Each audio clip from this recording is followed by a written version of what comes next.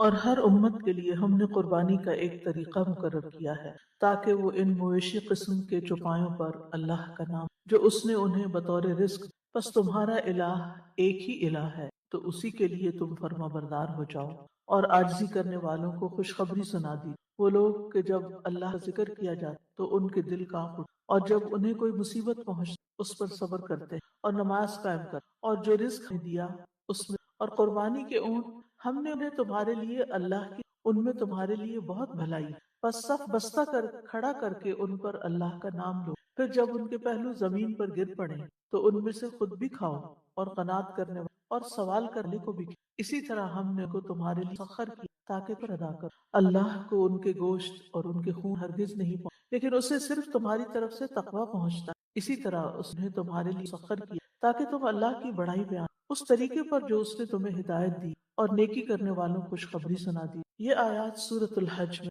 ان آیات میں اللہ حج کے مناسک ذکر کرنے کے بعد قربانی کے احکام ذکر جو یوم النحر اور اس کے علاوہ حج کے علاوہ بھی ہم بڑی عید پر جو قربانیاں کرتے ہیں ان سے متعلق احکامات۔ اس سے پچھلی آیت میں اللہ تعالیٰ نے قربانی کے جانوروں کے بارے میں فرمایا تھا لَكُمْ فِيهَا مَنَافِعُ لَكُمْ فِيهَا مَنَافِعُ إِلَىٰ أَجَلٍ مُّسَمًّى ثُمَّ مَحِلُّهَا إِلَى الْبَيْتِ الْعَتِيقِ، تمہارے لیے ان میں ایک مقرر وقت تک کئی فائدے ہیں، پھر ان کے حلال ہونے کی جگہ اس قدیم گھر کی، یعنی قربانی کے جانوروں سے فائدے حاصل کرنا جائز ہے جب تک وہ کعبہ نہ پہنچ جائیں، مثلا بوقت ضرورت اونٹ پر سوار ہونا، چاہے وہ ہدی کا اونٹ، ان کا دودھ دوہنا، ان کی اون حاصل کرنا، ان سے نسل چلانا وغیرہ، یعنی جو بھی ضرورت کے فائدوں کی چیز ہو ان سے حاصل کی جا سکتی جب تک کہ وہ قربان گاہ تک نہ پہنچ جائے۔ اس کے بعد اللہ سبحانہ وتعالیٰ نے ان آیات میں یہ بتایا قربانی پیش کرنا تمام انبیاء کی شریعتوں میں ایک لازمی جز رہا ہے، یعنی یہ چیز صرف محمد صلی اللہ علیہ وسلم یا آپ کے امتی ہی کے لیے نہیں ہے، بلکہ پچھلی شریعتوں میں بھی قربانی کرنے کا طریقہ رہا ہے۔ ہاں، اس کی تفصیلات اور جزیات میں فرق ضرور ہے، لیکن قربانی بطور عبادت ہر شریعت کا حصہ رہی ہے، اور اس میں حاجی اور غیر حاجی کی کوئی قید نہیں۔ قربانی حاجی کے لیے اور قربانی حج پہ نہ جانے والوں کے۔ تو اللہ تعالیٰ فرماتے ہیں کہ ہم نے ہر امت کے لیے قربانی مقرر کی تاکہ وہ ہمارے عطا کیے ہوئے پالتو جانوروں پر یا چوپایوں پر اللہ کا نام لے کر انہیں قربان کرے، اور پھر ان کے فائدے بتائے۔ اور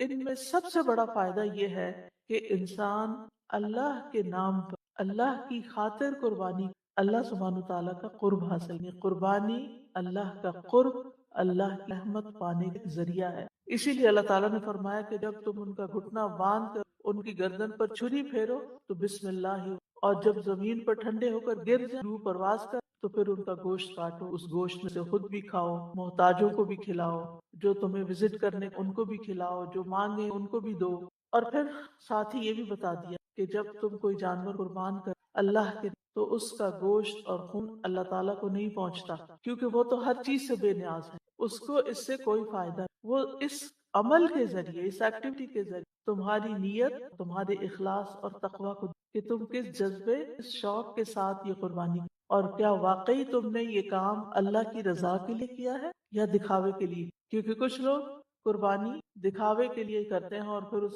مقابلے پر کسی سے قیمتی جانور ہے وہ لا کے قربان کرتے اور گنواتے ہیں اور بتاتے ہیں ہم نے اونٹ کیا، ہم نے گائے کی، اتنے بکرے کیے۔ تو اللہ سبحانہ تعالیٰ دراصل یہی دیکھ رہا ہوتا ہے انسان جو کر رہا ہے اس میں اس کا خلوص کتنا ہے اور وہ اللہ کی خاطر کتنا ہے۔ اور آخر میں اللہ تعالیٰ نے خاص طور پر یہ اللہ ان جانوروں مسخر کر دیا، تمہارے لیے مسخر کر دیا اس کام کی خاطر، تو پھر تم اللہ ہی کا شکر اور ایام تشریق میں جب ان جانوروں کی قربانی کرو تو ان پر اللہ کا نام لو۔ اور پھر یہ ہے کہ جو ایسا کرے یہ خوشخبری ہے محسنین کے لیے جو اچھے اچھے کام کرے۔ تو فرمایا وَلِكُلِّ أُمَّةٍ مَنسَكٌ جَعَلْنَا مَنسَكًا وَلِكُلِّ أُمَّةٍ جَعَلْنَا مَنسَكًا، ہر امت کے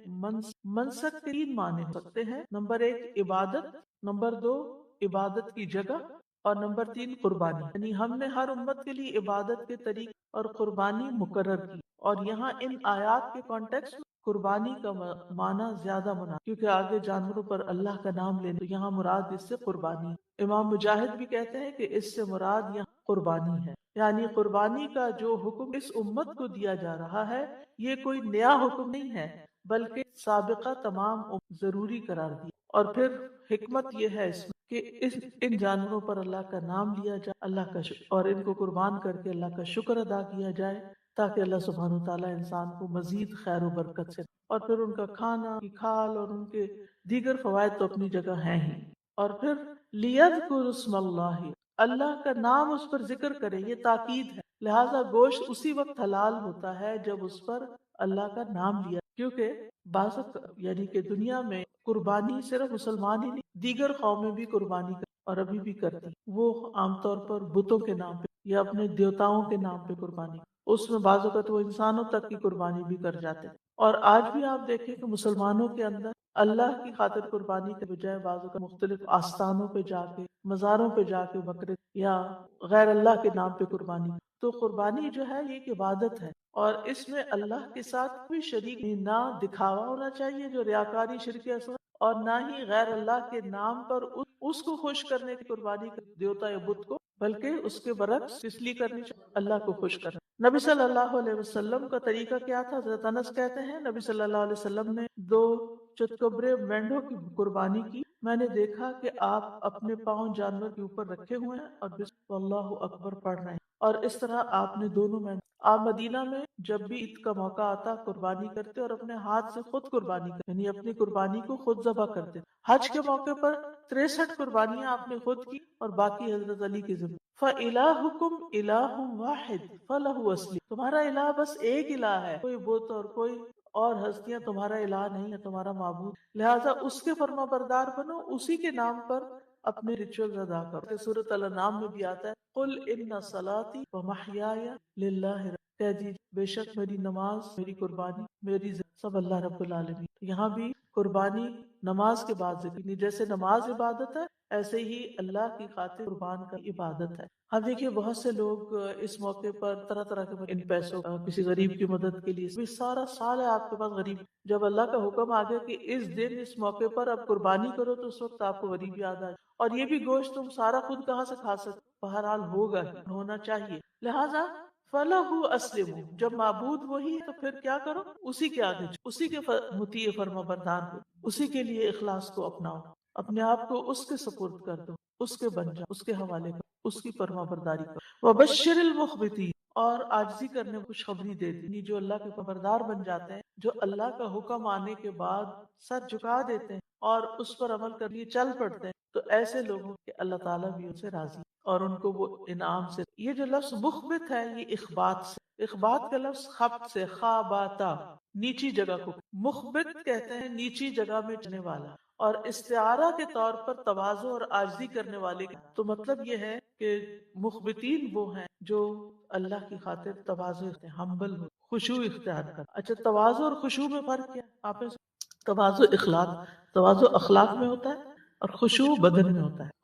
خشوع جسم کے سکون کو کہتے ہیں، اور تواضع انسان جب معاملہ بات کر لین دین کرتا ہے اس وقت ایک ہمبل رویہ اختیار کرتا ہے۔ مخبتین کا ایک اور معنی ہے کہ اللہ سے، اسی طرح اللہ کے ذکر سے مطمئن ہو، اللہ کے ذکر سے پگھل جاتے ہیں، جھک جاتے ہیں۔ مخبتین وہ جو اللہ کے لیے خالص ہو، وہ جن کے دل نرم ہو بندوں کے لیے، عبادت میں خوب محنت کرنے والے، اللہ کے حکم پر مطمئن، کہ حکم ملا ہے بس یہ، وہ لوگ ظلم نہیں کرتے، اور جب ان پہ ظلم کیا جائے تو انتقام نہیں، ان کو بھی مخبت کئی معنی، یہ ایسا جامع لفظ ہے، کئی جہتیں، جہتیں سے مراد ہے کئی ڈائمنشن، کئی طرح سے اس کے، اور پھر آپ دیکھیں کہ مخبت نہ صرف یہ کہ اللہ کے آگے، جو اپنے اخلاق میں بندوں کے ساتھ نرمی کا اور تواضع کا معاملہ، یعنی ان میں ذرا برابر تکبر نہیں۔ تو یہاں حج کے سلسلے میں یہ بات بیان ہو، مطلب یہ ہے حاجی اور عمرہ کرنا اللہ تعالیٰ کے ہر حکم پر لبیک کہتا، اپنی مرضی نہیں کرتا، جو بات سمجھ میں آتی ہے اس پر بھی عمل کرتا ہے، اور جو بات عقل نہیں آتی وہ بھی کرتا ہے، کہ میرے رب کا حکم ہے، مجھے یہاں بلایا گیا، مجھے یہاں دعوت دی گئی ہے،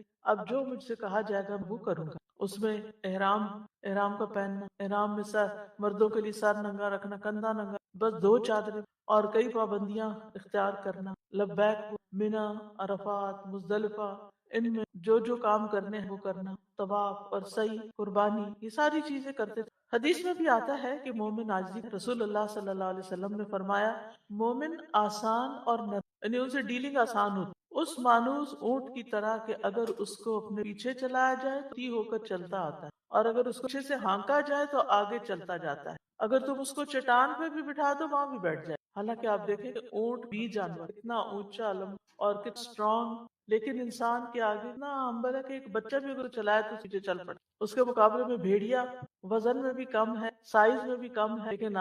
وہ آپ کے لیے مسخر نہیں کیا گیا۔ تو یہ اللہ کی نشانیوں، تو جس طرح اللہ نے تمہارے لیے یہ جانور گائے اور بھینس کو اور باری ہو، لیکن پھر کس طرح انسان ان کا دودھ دو لیتا، تو ان کو چلا لیتا ہے، اور بعض اوقات اسے سواری بردباری کا بھی کام لیتا ہے، جو بیل ہو تو وہ انسان کے بس میں ہے، قابو میں۔ اس کے برعکس آپ دیکھیں شیر چیتا ہو، بھلا ان کو قابو تو کریں، کتنا مشکل کام ہے، وہ تو ہم ہی ذبح کر جاتے ہیں۔ تو اللہ کے محبوب بندے جو ہیں وہ ایمان میں اسٹرانگ ہوتے ہیں لیکن ہمبل ہوتے ہیں۔ ایک اور حدیث میں آتا ہے بلا شبہ اہل زمین میں سے اللہ کے کچھ برتن ہیں، اور تمہارے رب کے برتن اس کے نیک لوگوں کے دل ہیں، اور ان میں اسے سب سے زیادہ پسندیدہ وہ ہیں جو نرمی کرنے والے۔ معاذ بن جبل کہتے ہیں بندہ اس وقت تک ایمان کی تک نہیں پہنچ سکتا جب تک انکساری سے بلند مرتبہ زیادہ عزیز منکسر المزاج رہنا اس کو زیادہ اچھا بجائے اس کے وہ اکڑ کے، اور لوگوں کے اور دنیا کا تھوڑا ساز و سامان اسے زیادہ محبوب، اور جن لوگوں سے محبت اور نفرت کرتا ہے وہ ان سے حق کے مطابق، یعنی جتنا جس کا حق ہو اتنی اس سے محبت،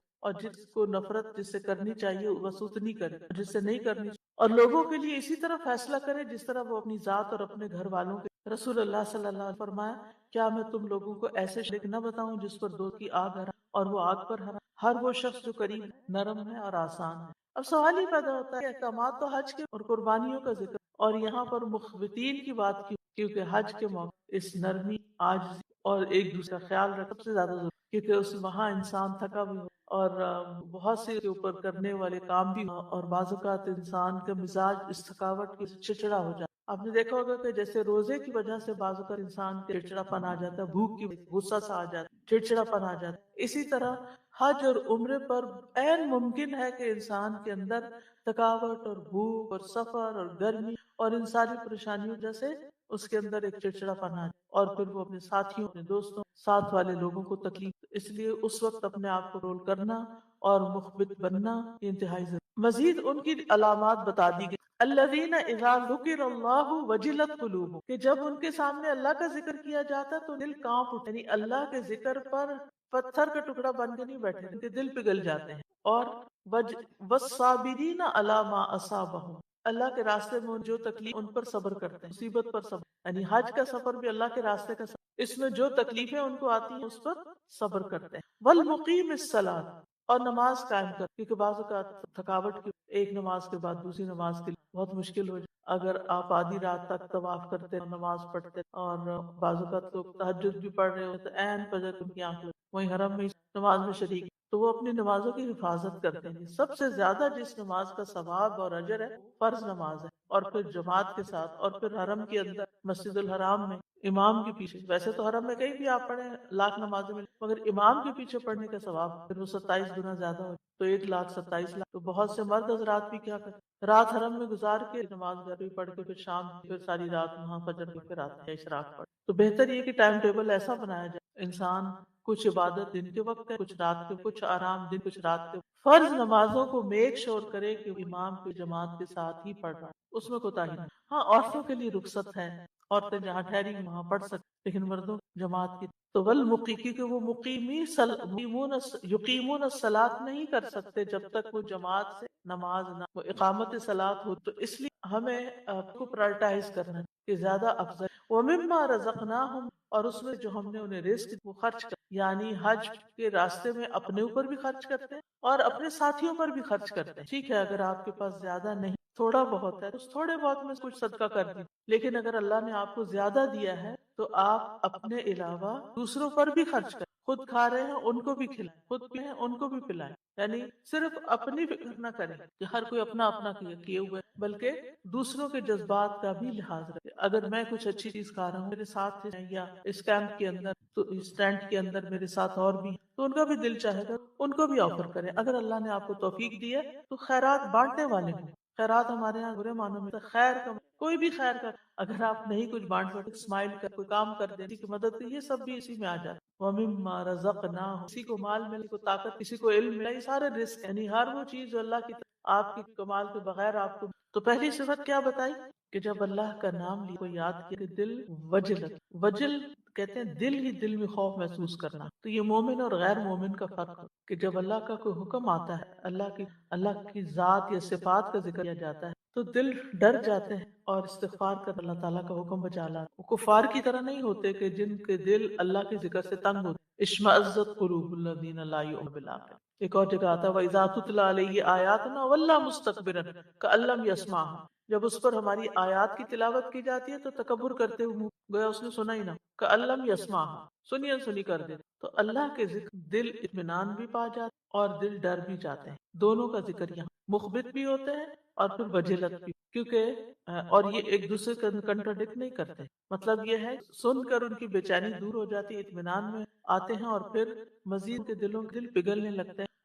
اور اللہ کی طرف راغب ہو جاتے ہیں۔ یعنی وجل ایسا خوف نہیں ہوتا کہ سن کے اللہ کی طرف سے بھاگے، بلکہ اور اللہ کی طرف راغب ہوتے ہیں، ان کے اندر پھر شکوک و شبہات داخل ہیں، ان کے وسوسے دور ہو جاتے ہیں۔ تقشعر منه جلود الذین یخشون ربهم ثم تلین جلودهم وقلوبهم الی ذکر اللہ، سورۃ زمر آیت 20، کہ جس سے ان لوگوں کی کھالوں کے رونگٹے کھڑے اپنے رب سے ڈرتے ہیں، پھر ان کی کھالیں اور ان کے دل اللہ کی یاد سے نرم ہو جاتے ہیں۔ اور دوسری چیز پھر صبر کرنے والے، یعنی سفر حج میں جتنی بھی مشکلات اور اذیتیں پیش آتی ہیں، بعض لوگوں کے سخت رویے یا خود غرضی کی وجہ سے حالات مشکل ہو جاتے ہیں، یا پھر بھوک، بیماری اور رکاوٹیں راستے کی پریشان کرتی ہیں، ان سب موقعوں پر صبر سے کام۔ اب صبر کیا ہے؟ صبر یہ ہے کہ اس وقت انسان خاموشی اختیار کر لے، آگے سے جواب نہ دے، بحث نہ، بہت لمبی چوڑی نصیحتیں اور آرگیومنٹ شروع، کچھ سنائے نہیں، کچھ یعنی کہ دو بدو ہو کے جواب نہ دے۔ اگر کسی ایک کو غصہ تھوڑا آ ہی گیا ہے تو دوسرا اس کو خاموشی اختیار کر،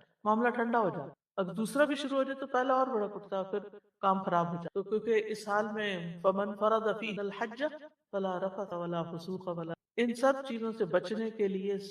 صبر ہو تو یہ ہو، یعنی اللہ کی نافرمانی سے بھی بندہ صبر کی وجہ سے، ناحق جھگڑے سے اللہ کی خاطر ہی، جنسی باتوں انسان اللہ کے ڈر سے، اور پھر تیسری صفت تو نماز، اور نماز میں سستی نہ کرنا، وقت پر ادا کرنا، مردوں کے لیے جماعت سے پڑھنا۔ چوتھی صفت مما رزقناہم ينفقون ہو، اس میں جو من ہے، من ما مطلب یہ ہے کہ یہ نہیں کہا جائے کہ سارا ہی دے ڈالو، اس میں سے جو ہم نے حصہ دے دو، اور اس میں قربانی پر بھی خرچ کرتے ہیں، اس کے علاوہ جو محتاج فقیر لوگ بھی خرچ کرتے ہیں۔ نیکسٹ ہے والبدن جعلناها لکم من شعائر اللہ، اور قربانی کے جان بدنہ جو ہے یہ بدنت ان کی جمع ہے۔ بدنہ کا اطلاق اونٹ، گائے، بھینس وغیرہ پر، زیادہ استعمال اونٹوں پر ہوتا جن کی جسامت بڑی ہو، اس وجہ سے ان کو بدنہ کہا جاتا ہے، بدن والے، پھٹے تازے۔ یہاں فرمایا کہ یہ اللہ کے شاعر میں سے، شاعر شعیرہ کے جو نشان جو نظر آتے ہیں، یعنی نظر آنے والی نشانیاں، اور پیچھے آپ کو بہت ڈیٹیل سے اشعار کہتے ہیں قربانی کے جانور پر کٹ لگا کر اس کا خون پر مل، جس سے وہ پہچانا جاتا ہے۔ لکم فیہا خیر، تمہارے لیے ان میں خیر ہی خیر ہے، بڑی خیر ہے، خیر النکرہ، بڑی خیر ہے، یعنی ان جانوروں کے بہت سے، خاص سواری ہو یا بار برداری ہو، یا اونٹ، یا بچے ہو، یا کھالے ہو، یا ہڈیاں، یا گوشت ہو، یا چربی ہو، یعنی یو نیم اٹ، بے شمار فائدے ہیں۔ اللہ نے اس طرح ان کو تمہارے بنایا اور پیدا کیا، اور جب تم انہیں قربان کرتے ہو دنیا کے فائدے تو اٹھاتے ہی ہو، قربانی کی وجہ سے آخرت میں بہت بڑا اجر اپنے، یعنی دونوں چیز مد نظر رکھا۔ فاذکروا اسم اللہ علیہا صواف، اب ان پر اللہ کا نام لو، صواف یا کھڑا کر کے قطار میں، صف ذبح کرتے وقت ان پر بسم اللہ پڑھو۔ اب بار بار اللہ کے نام کو سے بھی آپ کو معلوم ہے حج اللہ کی یاد کے لیے، اور خصوصاً یہ ایام تشریق اور یوم النحر جس میں قربانیاں کی جائیں گی۔ صواف جو ہے یہ صافت ان کی جمع ہے، اور صف کا معنی ہوتا ہے قطار، یعنی اگر قربانی کے اونٹ زیادہ ہوں تو پہلے ان کو لائن میں کھڑا کر صف بستہ رکھ کر پھر ایک ایک کو نہر کرو، اس سے قربانی کرنے کا عمل خوبصورت ہو جائے، یہ نہیں کہ ایک بھیڑ کٹھی کے علاوہ پھر ان کو پہلے ارینج کرو، آرگنائز کرو، اس سے قربانی کے جمال و جلال میں اضافہ ہو۔ اور دوسرا یہ ہے کہ انہیں کھڑا کر کے نہر کرو، لٹا کے نہیں ذبح کرو۔ ان کو کیسے ذبح کرو؟ زیاد بن جبیر کہتے ہیں میں نے دیکھا عبداللہ بن عمر ایک شخص کے پاس آئے جو اونٹ بٹھا کے آپ اسے کھڑا کرو، باندھو پھر نہر، اس کا دائیں گھٹنا باندھ دیا کہ وہ آگے نہ بڑھ سکے، چل نہ پڑے۔ تو انہوں نے فرمایا کہ یہ محمد صلی اللہ علیہ وسلم فَإِذَا وَجَبَتْ جُنُوبُهَا، یعنی اونٹ کے نہر کا طریقہ بتایا جا رہا ہے کہ اونٹ اگلی بائیں ٹانگ سے باندھی، پھر اس کے سینے کے گڑھے میں گڑا سا جہاں سے گردن شروع، یہاں کے چھرے یا نیزے یا برچے بسم اللہ اللہ پڑھ کر اس کو اندر مارا جائے، اور پھر اس سے وہ خون نکلتا ہے، ایسے پرنالا نہیں، میں کبھی آپ نے چھت سے پانی گرتے ہوئے دیکھا، ایگزیکٹلی وہی ٹیپ کھول دی تو جب سارا خون اس کا نکل جاتا ہے پھر اونٹ کھڑا نہیں رہ سکتا، کافی دیر کھڑا رہتا ہے قریب، اور پھر جب نیچے گر جائے اور بالکل ٹھنڈا ہو اس وقت اس کی کھال اتاری جائے، اس سے پہلے اس کے جسم کا کوئی حصہ نہیں کاٹا جائے، صرف نحر کیا جائے گا، نکالا جائے اور بعد میں صاف کیا۔ جانوروں کو ہمیشہ اچھے طریقے سے ذبح کرنا چاہیے۔ رسول اللہ صلی اللہ علیہ وسلم نے فرمایا بلا شبہ اللہ تعالیٰ نے ہر چیز کے ساتھ احسان کو واجب، ہر کام اچھے سے، بس جب تم قتل کرو تو اچھے طریقے سے، اور جب تم جانور ذبح کرو تو اچھے طریقے سے ذبح کرو۔ تم میں سے ہر ایک کو چاہیے کہ اپنی چھری تیز کر لے اور آپ کو راحت ملے، جو جانور ذبح کر رہے ہو اس کو راحت ملے۔ یہ جب لکھا ہے نا کہ قتل کرو تو اچھا، تو یہ مطلب نہیں کہ لوگوں کو قتل کرنا چاہیے، اس کا مطلب یہ ہے جب جنگ ویسے کوئی قصاص کے طور پر جب سزا میں، تو اس وقت یہ نہیں کہ اذیت دے دے کے مار تو جب جانور ذبح کر چکو تو پھر کیا کرو، کتنی ڈیٹیل بتائی اللہ تعالیٰ نے، فَكُلُوا مِنْهَا، اب کھاؤ اس میں۔ تو قرآن مجید کی یہ آیات اور یہ احکامات قربانی سیزن پڑھنے کی ضرورت، تاکہ پھر روح اور پورے شعور کے ساتھ یہ کام کرے۔ صرف ہمارے بندے کوئی جا کے ذبح کر میٹ لا دے یا پیک کر دے، اس کر کے کوشش یہی کرنی چاہیے انسان حاضر ہو اور خود اپنے ہاتھ سے کرے، یعنی مردوں کے لیے، عورتیں بھی کر سکوں گی طور پر، اور پھر یہ کہ گوشت کی تقسیم اور ان چیزوں میں انسان اپنا ایک حصہ ڈالے اور پھر اس کو پکائے اور پھر کو کھائے اور شکر ادا کرے، کیونکہ بعض اوقات یہ ہوتا ہے نا کہ اچھا ہی تو اللہ کی خاطر کی، یہ صدقہ ہے تو ہم خود نہیں کھا سکتے، قربانی کا گوشت خود بھی کھا، ہاں جب غریبوں کے نام پہ آپ صدقہ کرتے ہیں تو اس میں سے پھر خود نہیں کھا سکتے۔ جو استاذہ بکرا ذبح کرتے ہیں اس کو تو کہتے ہیں کہ جب وہ اس کا گوشت گرم ہی ہوتا ہے تو اس کی کھال اتار سکتے ہیں ورنہ پھر مشکل ہو جاتا ہے، لیکن اونٹ کو بالکل کا یہ ٹھنڈا ہونا مطلب 3-4 گھنٹے حرکت تو نہیں باقی، یہ مطلب یعنی ٹو میک شور کہ روح نکل گئی، یعنی روح ہوتے ہوئے، مجھے یاد ہے میں نے کہیں بھیڑ جب آخری دن اور وہ شام ہونے کے قریب، شاید ان کو لانے میں دیر ہوئی، اور جب اس کا گوشت کاٹا گیا تو گوشت جو پلیٹ میں رکھا ہوا تھا اس کی سکن ایسے ہل رہی تھی، یہ میں نے اپنی آنکھوں سے اس سے پرہیز کرنے کی، پوری طرح روح نکل چکی ہو، اور اس کی ٹیسٹنگ کے طریقے ہیں جو لوگ ہر وقت دن رات ذبح کرتے ہیں ان کو پتا ہے کہ تیار ہے یا نہیں، لیکن بعض اوقات وہ کر کے بے اسمی، تو اس لیے خود بھی میک شور کرنا چاہیے ایسے کوئی ظلم نہ ہو، کیونکہ احسان کے خلاف ہے۔ فرمایا فَكُلُوا مِنْهَا، اس میں سے خود بھی کھاؤ، وَأَطْعِمُوا الْقَانِعَ وَالْمُعْتَرَّ، اور جو قناعت کیا ہوا اپنی ضرورت پیش کر دے اس کو بھی کھلاؤ۔ رسول اللہ صلی اللہ علیہ وسلم کی آزاد کردہ غلام صوبان سے روایت ہے کہ رسول اللہ صلی اللہ علیہ وسلم نے مجھے حجۃ الوداع کے موقع پر فرمایا یہ گوشت پکاؤ۔ صوبان کہتے ہیں میں نے اس گوشت کو پکا کر آپ مدینہ منورہ پہنچنے تک سے کھاتے، اچھی طرح پکا لیا اور وہ خراب نہ ہو، اور وہاں پر تو آپ کو پتا ہے اب تک لوگ گوشت سکھاتے ہیں اور نمک لگا کے سکھا لیتے ہیں، اور وہ سوکھا گوشت بہت مزے کا ہوتا ہے، کہ ہو سکتا بچپن میں آپ نے کبھی کھایا، ہماری نانی سکھایا کرتی، اب تو لوگ چاکلیٹ اور سک کرتے ہیں، چباتے ہیں، بالکل ایسے ہی منہ میں رکھ کے کافی دیر تک اس کا رس چونے کے بعد اس کو کھایا جاتا ہے۔ تو آپ صلی اللہ علیہ وسلم مدینہ پہنچنے تک اس میں سے کھاتے رہے۔ تو اس سے کیا پتہ چلتا ہے کہ اسی دن گوشت کو ختم کرنا ضروری نہیں، بلکہ آپ کئی دن تک اس کو پھر چاہے سکھا کے، چاہے فریز کر کے، چاہے پکا کے، ایسے طریقے سے رکھ کے کھا سکتے ہیں۔ جابر رضی اللہ عنہ کہتے ہیں یوم النحر میں رسول اللہ صلی اللہ علیہ وسلم اپنی قربان گاہ کی طرف بڑھے، 63 اونٹ اپنے ہاتھ سے نحر، 6، اس سے آپ اندازہ لگا کہ عمر کے کہ آپ کے اندر کتنی طاقت۔ پھر باقی حضرت علی کے علماء یہ کہ 63 اس لیے کہ آپ کی عمر 63 سال تھی، اور جو بچ گئے وہ انہوں نے نحر کر دی۔ آپ نے حضرت علی کو اپنی قربانیوں فارغ ہونے کے بعد آپ نے ہر قربانی سے گوشت کا ایک ایک ٹکڑا لانے کا کہ ہر اونٹ میں سے ایک ایک نکال کے لایا جائے، میں ڈال کے پکایا جائے، اتنی بڑی ہنڈیاں،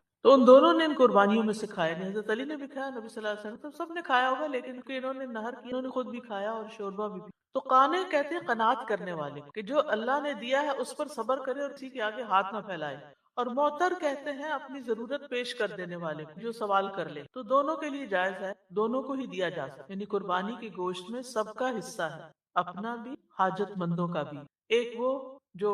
بہت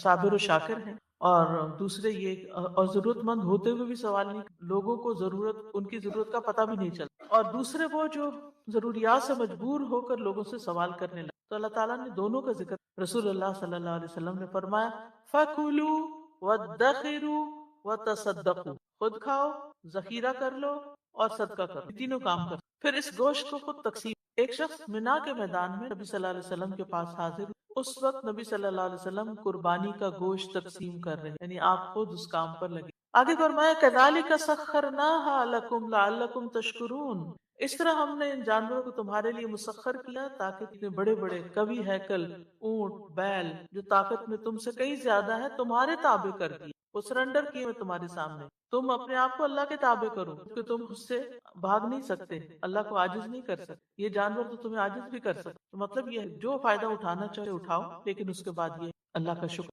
آخر میں فرمایا لَن يَنَالَ اللَّهَ لُحُومُهَا وَلَا دِمَاؤُهَا وَلَكِن يَنَالُهُ التَّقْوَى مِنكُمْ. اللہ تعالیٰ کو ان جانوروں کا گوشت اور خون نہیں پہنچتا، اس کو تقویٰ پہنچتا. گوشت تو تم خود کھا جاتے، خون تو بہہ کے زمین میں چلا جاتا، تو سب زمین پہ ہی رہ گیا. کچھ تمہارے پیٹ میں چلا گیا، کوئی زمین کے پیٹ میں چلا گیا. اللہ تعالیٰ کو تو کچھ نہیں پہنچا. وہاں کیا جاتا ہے؟ تو کس دل سے یہ قربانی تمہارا تقویٰ جاتا، تم کیا سوچ رہے، کس محبت سے ان پر اپنا مال خرچ، اور کس طرح پھر ان کو سنت کے مطابق ذبح کیا، کس طرح ان کی تقسیم، کس طرح کھایا اور کھلایا. یعنی سحری عید کا جو منظر ہے وہ اللہ تعالیٰ کے سامنے وہ دیکھ رہا ہے کیا کرتے ہو.